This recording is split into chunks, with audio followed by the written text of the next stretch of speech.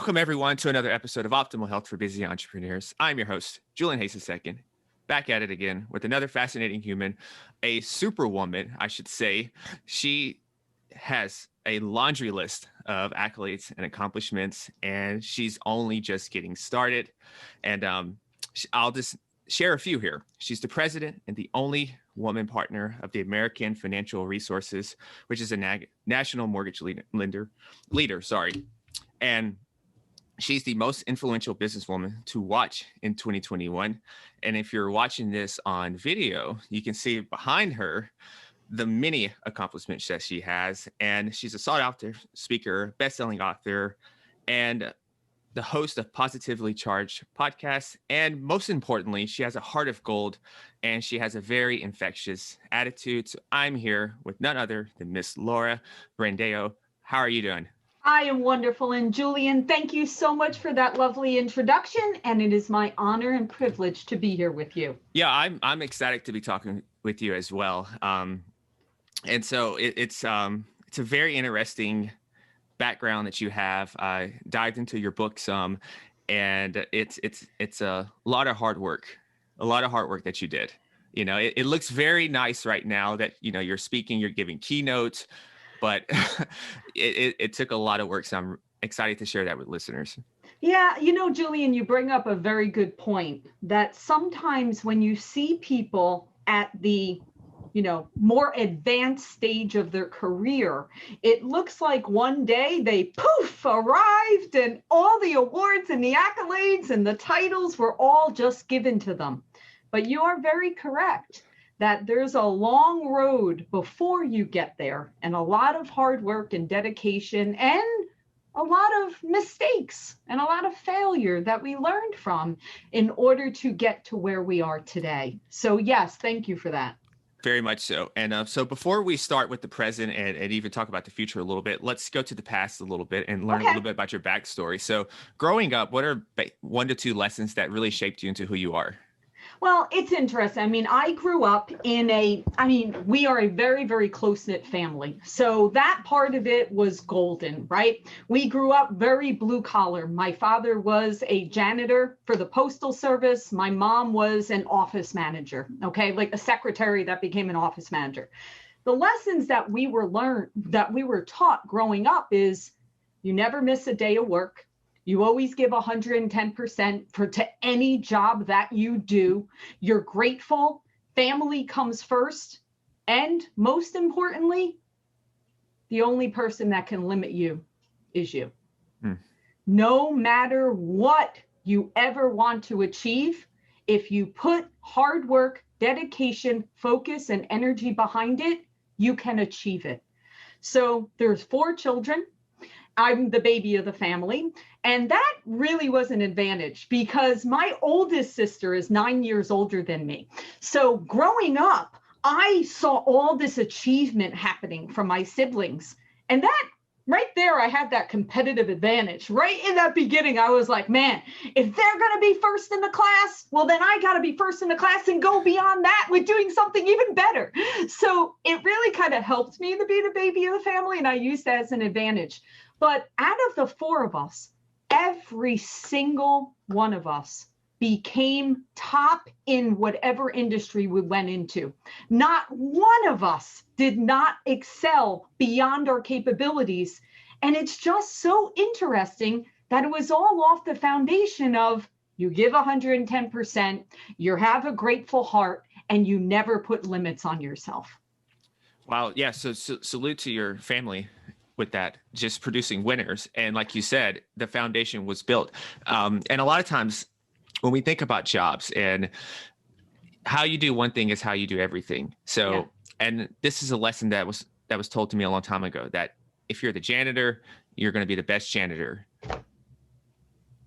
You know, so don't just wait until you think you're going to be a CEO, because those habits to become the CEO or the entrepreneur with that has a big team, those habits are instilled from day one at those early jobs. Absolutely. And of course, you know my story. Mm-hmm. So my story of how I got into the mortgage business is I was a young mom and we couldn't afford daycare. I stayed at home And I literally was, besides the fact I needed the money, I was bored out of my mind. So I was like, I need to do something in the evening. Well, at that time, you had two choices pretty much, because there was no gig economy when I was when I was young. That didn't exist. Okay. There was no such thing as that. So you had two choices in those days. You either went to work in a store, or you got on the phone and you called people to either sell them something, ask them a survey, or something like that. And so I thought, you know what? I can do that. That's easy enough, right? I can go and get on the phone. Just what you said, Julian. Other people were miserable. They were like, oh, another person's going to hang up on me. Another person's going to say no. Now, I looked at it as, heck, I'm out of the house. I'm making a couple of bucks, and I get to speak to people and not be around baby talk. So I was golden. And I looked at that as a great opportunity for me to build my communication skills and build relational skills. And those skills, I say it to this day, I'm not afraid of going up to anyone and asking them anything. I can call them, I can email them, I can go up to them face-to-face. And those early days of telemarketing, that got me over that fear. You know, I worked at a call center after I left medical school, and I was just in transition, just trying to figure this whole thing out. And I didn't have the best attitude, but I will say, looking back on it now, that having to do like political surveys and keep people on the phone for 30 minutes and just talk about a bunch of random different things, that has really helped me now, because I can pretty much have a conversation about any and everything. And you're right, though. I remember a lot of coworkers there, because we weren't getting paid that much. Yep. And it was an attitude. Like, the best people that I noticed, the most successful ones who did the most surveys, they had the best attitude.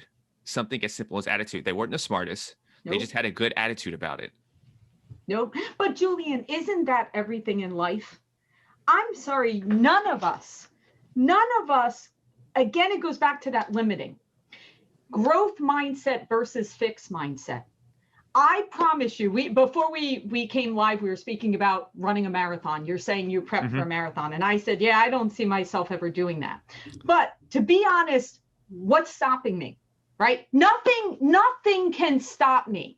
It doesn't matter that today I have never run a marathon. If I decide tomorrow that's my goal and I want to do that, no one can stop me but me. And if you go back to the book Mindset by Carol Dweck, right? Very, very good book. Right? Excellent book. Just put the word yet. No one can stop you. It's not about being the smartest, the fastest, the prettiest, the whatever-ist. The only person that can stop you is you. Because although you may not be at that best yet, that's the word. And so, you know, your story, there was a particular story that really caught my eye in your book. It was between you and your husband. And I believe you've just gotten a raise. Oh, yes. And then I think one of his jobs went away. And so you had this big high, and then this, I guess, perceived low. So during that time, do you think you always had this attitude of like, it's going to work out no matter what? Yes. I am 100% confident that as long as I am physically able to do my job, right? As long as my brain is intact, and mainly my brain, as long as my brain is there, I am not afraid of anything coming at me, because I will always be able to figure out a solution. There is a solution to everything. Now, some you take a little more time to figure out, a little more energy, but there's a solution to everything. So yes, I 100%, no matter what happens, I can figure it out. And so can you. And so as we start to dive into your book, Say Yes Every Day, I want to first start off with, what's your superpower? My superpower is giving other people the confidence for them to be their best. How'd you find that superpower? Mainly from, listen, very early on, okay, after telemarketing days, okay, and to continue with this story of the telemarketing days, after a few months of me telemarketing, now picture it, everyone, I'm 21 years old at this time, okay? I have no college degree. I am a nighttime telemarketer with a 2-year-old son, okay? Just to give the perspective of where I am in life. I decide, after working on the phones for a few months, I want to buy a house someday. Now, again, guys, I'm making $7 an hour on the phone at night. I'm deciding I want to buy a house someday. So I get the bright idea of, I'm going to go and I'm going to ask the executive how I can get more money to be able to save for this house. I don't go to a manager. I don't go to the director. I go and knock on the door of the vice president of this marketing company's office. I go, I knock on the door. This gentleman that's in his mid-50s, remember this time, it was different than now, okay? People were not very open to the telemarketing girl knocking on the door. It was more of, why am I wasting my time with you, okay? And I walked in and I said, sir, I'm Laura Brandao and I work in the evening and I want to buy a house someday. He's looking at me like I have 4 heads growing out of my body saying, and what would you like me to do? Right? Congratulations. What do you want from me? And I said, I don't want money. I don't want a raise. I want an opportunity. I want to be able to work more hours for your company. You tell me how I can accomplish that. And that gentleman said, oh, okay.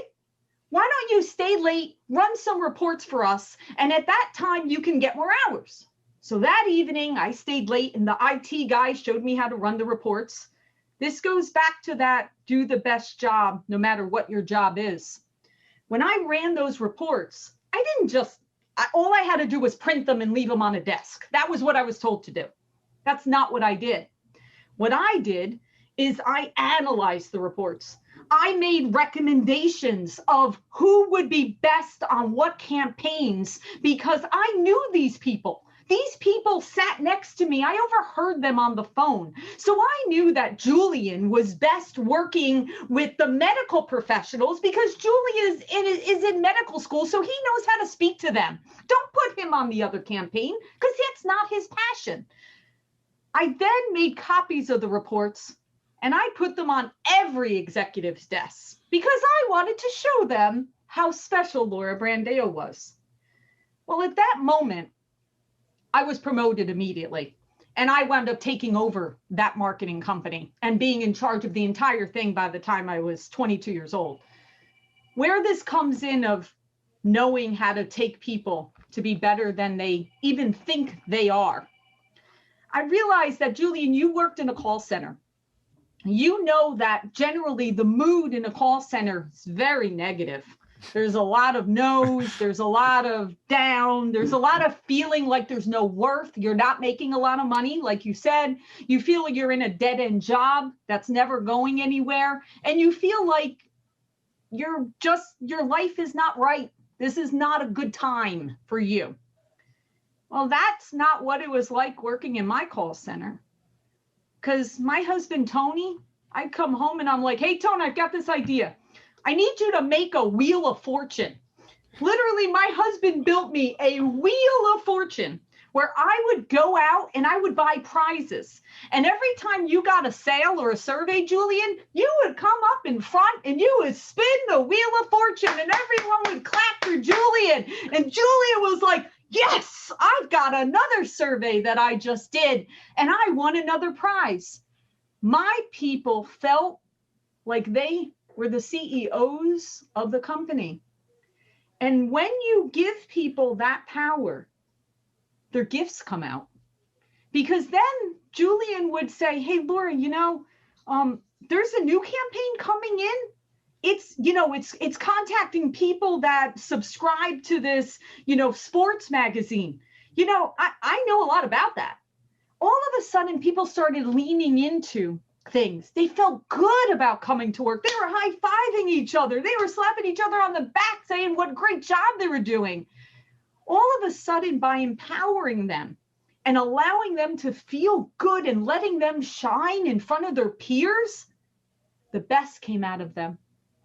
And so as my career progressed and I started opening up mortgage companies, I used exactly the same philosophies as a call center. It doesn't matter. Change the industry. It doesn't make a difference what it is. When people feel good about what they're doing and they feel they're making a difference and they feel proud of the work they do, you just have to keep encouraging them, but you have to pay attention to if the people are in the right roles, because sometimes people are in jobs that's not really the right fit for them. So I always watched how people, their body language, how they spoke, how when you ask them questions of how they feel about their job, and I would tweak, I would move them into different positions, and I would pay attention to how they reacted to that. And so I found that my superpower is paying attention to others to put them in situations where they flourish and they're successful. And it therefore builds confidence in themselves for them to have their best life. Yeah, I love that. That's a big leadership lesson right there. When you talked about, first of all, reading the room, and then also creating the environment that you want, not waiting for that environment to happen, but you create what you want. So that's being much more proactive. I mean, but Julian, listen, picture this too. At that time, I'm a supervisor. Maybe I'm making $10 an hour, right? Okay. Mm-hmm. I would go to like CVS and buy, I'll give you an example. Like if it was around Valentine's Day, I would go and buy like those candy hearts. And the next thing you know, I get a jar and just fill it with candy hearts. And like, we're going to have a contest of counting how many what did it cost me? $2 mm-hmm. for me to go and buy a jar of candy hearts and then rally everyone together to compete, to be able to get more surveys done so we can have a prize. See, people think you need a lot of money to be able to do these things. It's not money, it's care. You have to care about your people and really knowing that they want to be seen. They want to be heard and felt. And when you give that to someone, they will excel. So how do we go about finding our superpower? All right. So I have a podcast that I do on Thursday nights called Thrive Thursday. And when I was writing the book, okay, I was like, you know what? I'm going to use my guests as guinea pigs, so to speak, right? As test subjects. And so in the middle of September, I decide one of my questions was, Julian, what's your superpower? Okay. Now, Julian, let me tell you what happened the first week I said that. People got scared. They had a look of horror on their face. Okay. They were like, Laura, there's nothing special here. I have no superpowers. There's nothing here. Go to the next guy. He's, I don't know anything. So then I got an idea. The next week, I said to the guests, I need you to do a homework assignment before we film on Thursday. And so they said, okay, what do we have to do, Laura? I said, I need you to go to someone that cares about you, your partner, your mom, your friend, business partner, whoever. You can ask multiple people, doesn't have to just be one. And this time, ask them what your special gift is and your superpower. I will tell you, when I was writing the book before the Thrive Thursday, I did this. I asked my husband, I asked someone that's worked for me, that's good friends of mine for 11 years. I asked people what they thought my superpower was. And the funny thing is, every one of them said the same thing about what I just shared with you. So Julian, let me tell you what happened once they asked the people. The first week, I had a woman crying. And I'm like, whoa, what happened here? She said, Laura, I'm married 20 years to my husband. And I asked him that question. And my husband said to me, "You're the rock. You're the strength of our family. You're the person that no matter what happens, you always figure it out." Oof.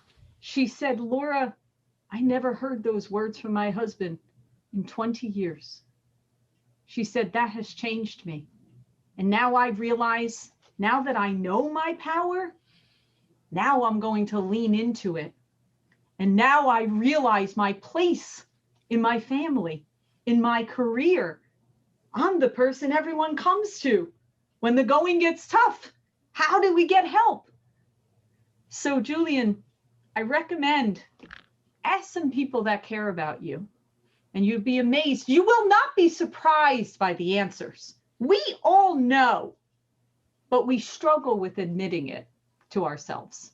I'm very curious now. Actually, I'm sitting here thinking, what is my superpower? I think I have an idea, but I do want to test this and just ask it out. But I think I have a pretty good idea, at least 3 possibilities of You what it do, could be. and you can have more than one. It's Yeah. not like we only have one. We have more than one, but we are usually dominant to one. Yeah, I think I know what it is though. So that's wow. I felt that. Like I can imagine like 20 years, and then one of the most important people in your life tell you that. Oh my goodness. Oh my goodness. I mean, I will tell you, when you hear it, especially when you hear it from someone that we as humans, we struggle with having those kind of conversations, and I don't know why. I don't know why we don't openly share things like that. You would think it would be so simple, but we don't. You know, we don't have those conversations. But when you go through the exercise, it's life-changing. Now, Julian, I have to tell you, I've had Thrive Thursday guests that after finding out their superpower, their businesses have changed, their personal lives have, like, literally, I have watched people come back to me say, "You don't understand what knowing my superpower has changed in my life, because now I'm embracing it instead of because we all have one, at least one. Some have more than one, but we all have it. There's not one person on this earth that doesn't have that special gift." What do you think makes it so difficult? Because I think you're right about that. That we inherently know what makes us unique. We know what really lights us up. We know our superpower, but for some reason, it's like we just turn a blind eye to it and don't want to like acknowledge it. What do you think is so difficult? I think okay, let's go back, right? When we're children, when we're kids, right? We're 100% free to who we are. We have no limit. It's natural. But as we get older, as we go to school, as we're in friend groups, right? As we're being in more society, we are told, don't do that. That's not correct. Or be like Billy, Jimmy, Janie, Susie, be like that. Or what did you say? Like how you introduced me and use the awards and things like that. Follow what Laura does, because if you follow that, well, then you'll be happy. You'll have it all. That's not true, because my life should be different than your life. And true fulfillment is not ever wanting to be like anyone else. It's embracing who you are and living to your fullest superpower to share with the world, because that's how we are born. We are born to be our unique selves. But as we go through life, we're conforming. We are literally being fit into being like everyone else, or following our idols, who we see on social media, who we see on television, who we see being successful, the billionaires, whoever. We say, well, I must be doing something all wrong because I'm not fitting into that. So let me change this. Okay, this isn't working. I'm going to change. To be honest, your true fulfillment will never come if you're not embracing the gift you were actually born with. That's when the fulfillment happens. Absolutely. And I think this is one of the reasons why you see people who seemingly have it all, and their personal lives are in a shamble, or Correct. they're just not ever happy or fulfilled, and they're constantly searching for that next hit of dopamine or that next thing to kind of numb them and medicate them. That is 100% correct. So That's it. Wow, this is deep, Julian. it just, we're just going with the flow, and so saying yes every day, yes. I am, when we talked beforehand, this has, I've consciously been trying to say yes more. I even have it on my little whiteboard here to say yes more. But what's the origin of saying yes every day? Wow. There is a story. There is a story. Okay, so here I am working my tail off, right? So I had success early, meaning in a career, right? So I had my goals. By 30, I was going to hit this. And, so X, I'm going to make X by the time I was 30 years old. I accomplished it. I did exactly what I expected. Now, remember, I'm in the mortgage industry. So here I am in my mid-30s, and the mortgage industry's crashed. Boom, we know what happened, okay? Well, at that moment, that was a pivotal moment in my life where I had to decide, what was I going to do next? Because no one knew what companies were going to survive and which ones were going to go under. So at that time, I had a meeting with a gentleman that wanted to start up a new division. Never met him before. We meet face to face, and he says, Laura, here's the deal. I'll give you a shot. You can run the division any way you want. Hire who you want. You could do whatever you want. But here's the caveat. No salary, no benefits. You pay for everything. You pay for everything. But if you're successful, you'll do very well. So at that moment, I called my husband, Tony, and I'm like, here's the deal. Now, remember, I've got a mortgage. I've got 2 kids. I've got the car. I've got the American dream here of bills that we have. I don't have some big savings or anything. And I'm like, there's no salary.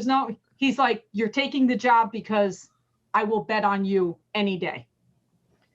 I took that job, and I wound up making that company to one of the top 10 mortgage companies in the country and all that. But at a cost of working from 5:30 in the morning until 10 o'clock at night, every single day, 7 days a week. I mean, I had no life. Work, work, work. And I did that from 2007 until 2018, just killing it of work. Okay, I focused, laser focus. Never left the office, literally chained to my desk. This was my life. But I built a top 10 mortgage company in the country. I did it. Okay, had everything, great. And then in 2018, something happened called margin compression. What that means is that although I was closing the same amount of loans, you were making a lot less. So technically, you would have to double your volume to make what you used to make because the compression of the market. Okay, so here I am, I'm Mama Bear, taking care of hundreds and hundreds of employees that I'm responsible for, and I need to figure out how to double my volume. Well, how the heck am I doing that? Well, at that time, a new mortgage organization popped up, okay? And I heard about this mortgage organization, and they were very big on social media. At that time in 18, I wasn't on social media. I wasn't on any social media. I was working. I was in the office all the time, okay? Well, this guy was heavy duty social, but booming. And I'm like, all right, I gotta get in with this group because obviously this group is the place for me to get my business. So this guy, Julian, I stalked him. Email, phone calls, LinkedIn messages, Facebook messages, any which way, stalking this man. So finally, he says, what do you want? What do you want from me, Laura? So I said, I want in on this organization. So he comes and we meet, and he's like, hey, I'm having an event in California, first event. I want you on the stage moderating an event.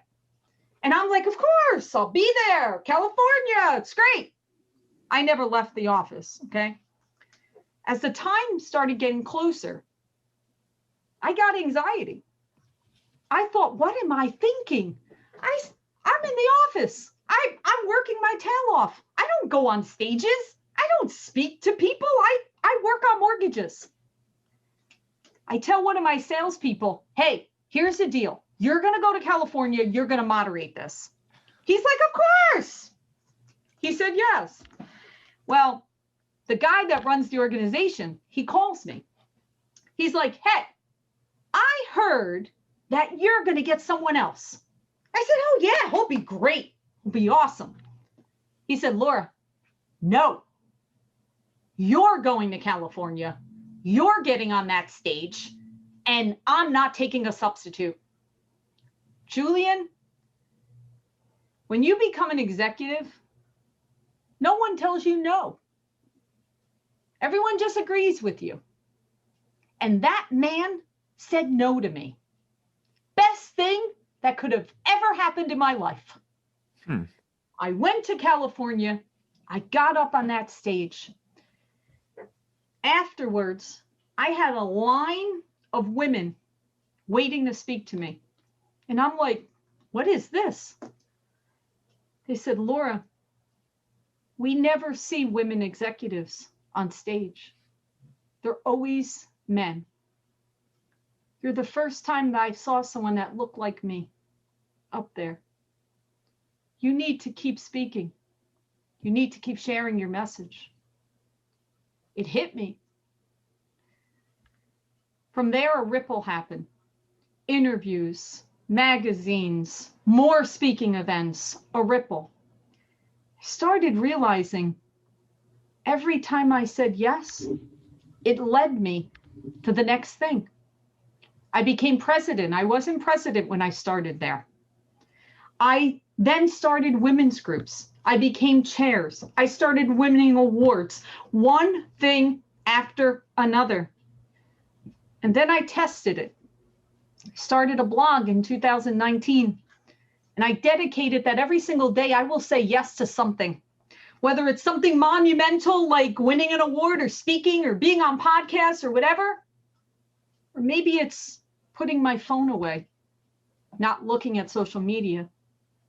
Maybe it's watching a movie with my grown children. Maybe it's a walk in the park with my husband sitting under a willow tree having a conversation. But I will not let one day go by in my life ever again that I do not stop and think, what did I say yes to today? That's a lot to just absorb there. Wow, I could just feel that. You know what's coming to my head when they see you on stage and they're like, I don't see people that look like you. You know, I can really. I'm sure you can relate to that. Yeah, I can resonate with that in a lot of ways. And I'm curious because I'm not a woman.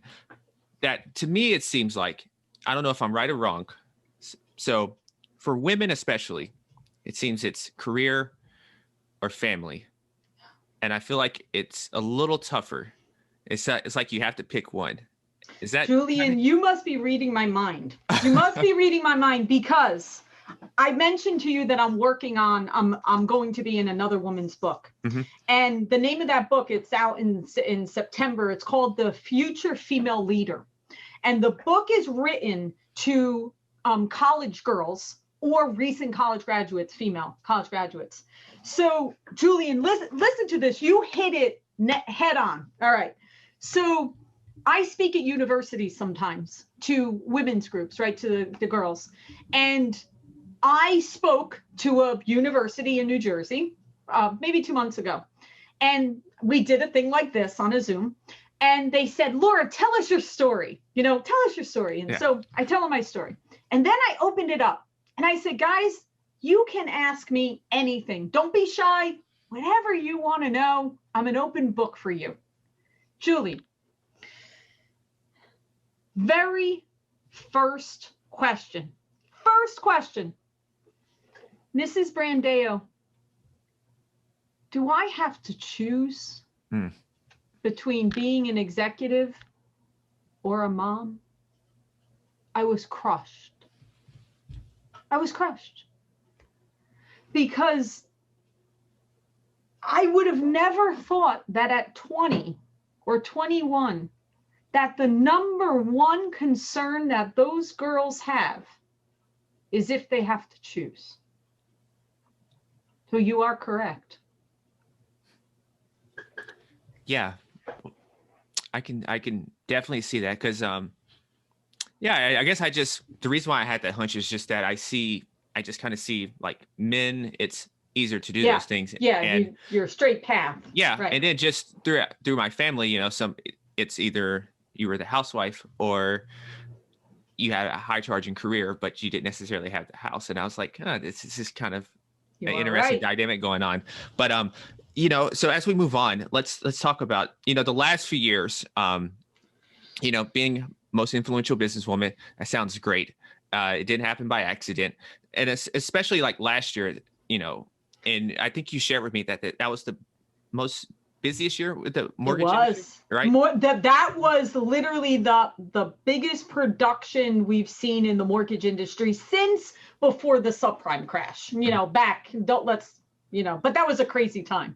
But yes, that was the most production. Yes. And I'm sure you have talked with probably numerous agents, numerous people about mindset during that time and doing business. So what have you been telling people? Yeah, you know, and it's so interesting because I personally think mindset is the most important thing that you need to invest in yourself daily. You know, it should be just like your exercise. How you're taking care of your body and what you're putting into your body and how you're exercising your body, your mind is just another muscle. Your brain is just another muscle. And how you treat that and how you take care of it will determine how you feel, just like your body. It's exactly the same. If you eat bad food and you don't exercise, you don't really feel very good. Same thing with your mind. If you are not feeding yourself positive things to listen to watch, to learn, to grow, if you are not investing in your mindset, you could easily turn into the couch potato just like your body and not having exercise. It's the same. But you have to be diligent about it. Again, it should be part of your exercise program. I mean, I don't know if I mentioned this the last time when we spoke, but my routine every morning, one of the first things I grab are my AirPods. And why? The minute I wake up, I am listening to positive affirmations in my ear. The minute. First thing I reach for is my AirPods to stick it in my ear, because as I am getting ready, the second I get out of the shower, I put in my AirPods and I am listening to positive affirmations first thing. I do not look at my email or my social media until after I'm in the right frame of mind, and then I start my day. That's when I dive into my work and into everything else. Until my mind is exercised and ready to receive. Because if I see something negative, if I open up my email and I see a big problem that happened, my whole day is going in that direction. So how you start your day, it's exactly the same as running on the treadmill or going for a jog outside, or same exact thing. You mentioned social media. What's your relationship with social media? Well, it's fun. Yeah, it's funny because, like I said, I had no social media until 2018. And so in 2018, I emerged, right? All of a sudden, this person that was a ghost, I was nothing. And then all of us, now I'm the most influential businesswoman to watch in 2021, from 2018 to 21. I have a very healthy relationship with social media because I am known as a very big encourager and a positive light to my community that I am in within social media. So people know that no matter what you put out there, I'm going to celebrate, I'm going to love on you, and I am going to bond in a relational way.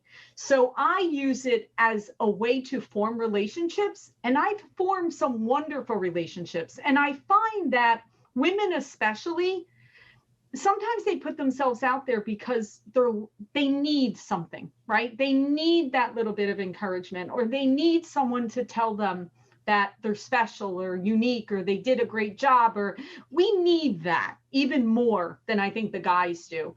So I'm happy to be that person, and I enjoy it. Yeah. And it's also, speaking about maybe seeking validation or anything, it's like one of the chapters in the book is that you are not what they told you. That is exactly right. So, and you can always emerge. So that's the other thing, is that even if you're at one point, we're ever changing, right? There's always a metamorphosis. So even like, that's the thing, is that people sometimes are afraid because they think whatever decision they make today, that's like the next 30 years.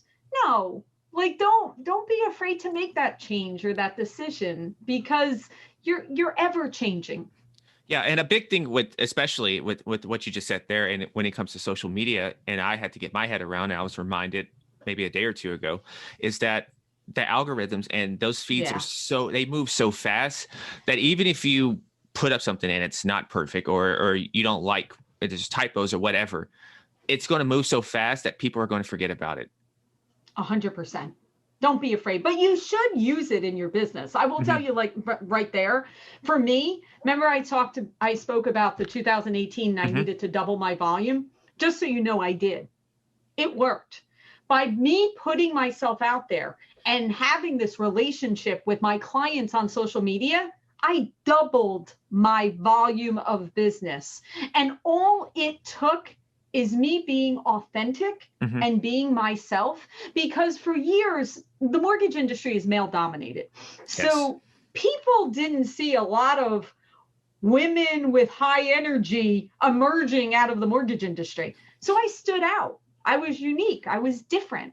So if I had tried to tone myself down to what I thought other people wanted to see, they wouldn't have connected with me. But I allowed myself to be myself. And people appreciated that and came and did business with me. And you read my brain a little bit, because I was going to be a skeptic that maybe someone's out there that's listening and they were going to say, well, I don't have ideas to keep putting out on social. And you just said the best idea is just to be you. Just you. So what's in the future for you? What's in store? So a few things. I mean, I am involved in so many wonderful different organizations on top of my regular business, where now I'm chairing a Women with Vision group, which is, I'm literally look at it as the Harvard Business School for mortgage women, because I am on a mission of not only empowering and lifting women in the mortgage industry, I'm on a mission to push them all up into executive levels and business owners within the next 10 years. So that's one thing I'm working on. In addition to, I'm a chair of a visionary program with NAMBA. What that is, that's bringing diversity and recent college graduates into my industry. So I'm on that mission of bringing in new talent and diverse talent to be inclusive within my industry. So that's another thing. I am working on my second book, which is actually Thrive Thursday, my podcast. I have 15 people that shared those superpowers and those stories. I'm actually publishing their stories along with my own in my second book, Thrive Thursday. I'm also working on that chapter for the future female leader. So that's another thing that will be coming out in 2021. So lots of exciting things. The work will never be done, Julian. There will always be more, and there's lots of people to impact and a big difference we can make in our world. Absolutely. There is no end point. There is no end point. And so, that's a lot. So I'm sure somebody might be thinking, wow, this woman literally does everything. How do you keep your energy up, maintain your health and your routines and your family life? How do you do it all? Yeah, I mean, I guess it starts with the mindset, right? And it starts with the routine. You said that word routine. I am extremely regimented. I mean, literally, I get up at the same time every day. I go to sleep at the same time every day. I literally, during the week, I eat the same meals every single, not the same one, but like on Monday, on Tuesday, like my body is down to a science of when I exercise, what I eat. That works for me. right? I'm not necessarily saying that works for everyone, but again, I'm very in tune with what my mind needs, what my body needs, and how to maximize my performance at all times. So I find that's what works for me, to always keep my energy up, always keep me on track, and keep my mind at the highest performance. Yeah, that's music to my ears. So Does that work? You think that's correct? I like it. I like it. I like it. I kind of have pretty much the same when it comes to like meals. It's pretty much just like my morning smoothie, oatmeal, and then the next few meals is pretty regimented as well. And I might swap a meat out and something, but other than that, it's pretty much the same. So there you go. It keeps us simple, but yet it allows our bodies to know what to expect. And again, it's that peak performance. It's how to keep us at peak performance. Exactly. And so as we start to wind this conversation down, let's just do a few random questions. So what does success mean to you? Success always changes. Okay. It's funny. We mentioned about at 30, I wanted this, right? And at 40, I wanted this. I think success changes for every single person depending on what season they are at, right? I feel that I know what success feels like, meaning I have hit all the targets that I always wanted to in my life. But most important to me is, how will the world remember me when I'm no longer on this earth? So I am very big into legacy right now, where I am all about teaching other people. I want what my thoughts are and what I've done in my life. I want it continued. I want to continue to build leadership in other people. My impact with my children, I am very, very close with my 2 grown boys, and I am investing into them living by some of these philosophies that have worked for me and continue it down the road into their families and beyond. So I've reached those, oh, you've gotten this, you've gotten that, those checkpoints. Right now, that's not important anymore. I've done that, and that's wonderful, and it's great, and there's nothing wrong with it. But now I'm looking for ultimate fulfillment of leaving a legacy and being remembered long before I'm not on this earth anymore. And what about the mortgage industry makes it so special that the common person wouldn't realize? I get to bring families home every single day. That's what it's all about. I make an impact into people's lives of the biggest purchase, where they're putting their children into that home. It's life-changing. And the other thing is that the best way to have generational wealth for your family is through real estate. A lot of people don't realize that, but it is the best way to have generational wealth within your family. But bottom line, I get to bring families home every single day. Love that. Love that. And so this question might be very difficult. It might be a tough one. Who's in your all-time musical starting 5? These can be groups, solo artists, and they can be dead or alive. Oh my goodness. Oh, wait, I have to give you 5 of them? 5? Are you a big music person? I mean, listen, music is very, very important to me. Or do you like movies? Or do you like movies? No, it's okay. It's okay. But it's funny because I think music ties very nicely into your mindset, right? I don't know if I'm going to name them, okay? Because this is tough. But I have my normal playlist, right? Okay. And depending on what I need, I listen to different types of music, right? And I'll give you an extreme example. Okay. All right, here's an extreme example.